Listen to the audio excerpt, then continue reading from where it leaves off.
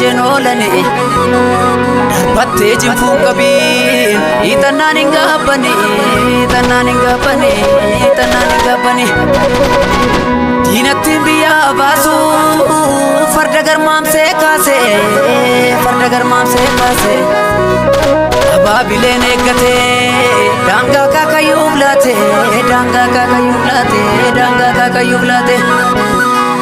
abbaan eegalmaa laate ilmi seenaa dagate imaana abbaan nyaadhu eenyummaa koon daagadhu du'ee tambada malee biyya koormaan laadhu eenyuttan ba'ee badaa sanyii onneen barbada harka dhiigaana nyaadha maal abbaa koon gammada maala nyaadhee gabbadha maalan taa'ee taphadha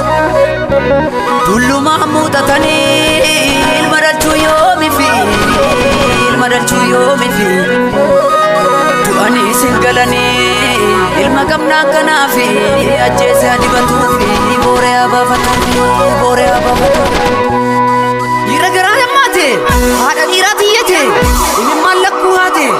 dhiigatu hamburra yaa'e rasaasaa wala kaa'e hunduu biyyaaf falmata wareegame kaarubbuun silas du'an oolanii waliif yoo birmatanii harkan kenneen kaagurba abashaan sirraa sirba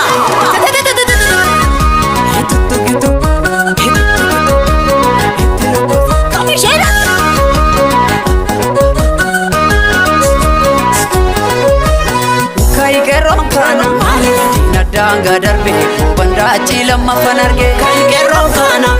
diina daangaa darbe bandaachi lammaffan arge kan oromoon kana oromiyaa jirani abashaattuu gurgurani kan oromoon kana oromiyaa jirani abashaattuu gurgurani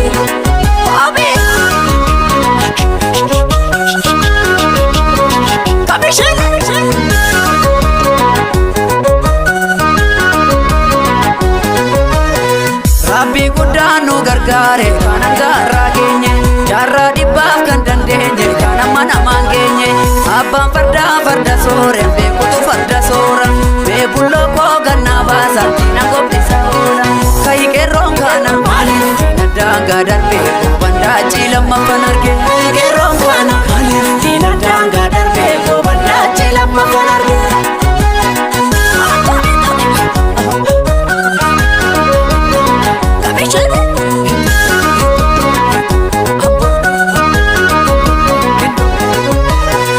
Raawwanne danfisaa ina fiilii gombisa kana badee durattuu gadi jedhii kutattu fadabinaan daalee ni onnataa jaalee